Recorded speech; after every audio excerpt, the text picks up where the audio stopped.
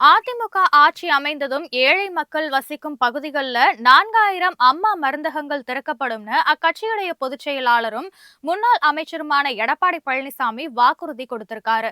திருவள்ளூர் மாவட்டம் திருத்தணி ஒன்றியம் வீரகநல்லூர் பேருந்து நிறுத்தம் அருகே தேர்தல் பிரச்சாரம் செய்த அவர் 2026 சட்டப்பேரவை தேர்தலில் 210 இடங்கள்ல அதிமுக கூட்டணி அமோகமா வெற்றி பெறும்னு நம்பிக்கை தெரிவிச்சிருக்காரு. திருவள்ளூர் மாவட்டத்துல 400 கோடி ரூபாய் மதிப்புல புதிய அரசு மருத்துவக் கல்லூரி மருத்துவமனை அதிமுக ஆட்சி காலத்துல கொண்டு வரப்பட்டதா குறிப்பிட்ட அவரு, அதிமுக ஆட்சி அமைந்ததுமே தாலிக்கு தங்கம், திருமண உதவி திட்டம், மாணவர்களுக்கு விலையில்லா மடிக்கணினி திட்டங்கள் மீண்டும் கொண்டு வரப்படும்னு சொல்லியிருக்காரு. ஒவ்வொரு குடும்ப அட்டைக்கும் தரமான வேட்டி சேலை வழங்கப்படும். ஏழைகள், பட்டியலின மக்கள், நெசவாளர்களுக்கு கான்கிரீட் வீடுகள் கட்டித்தரப்படும்.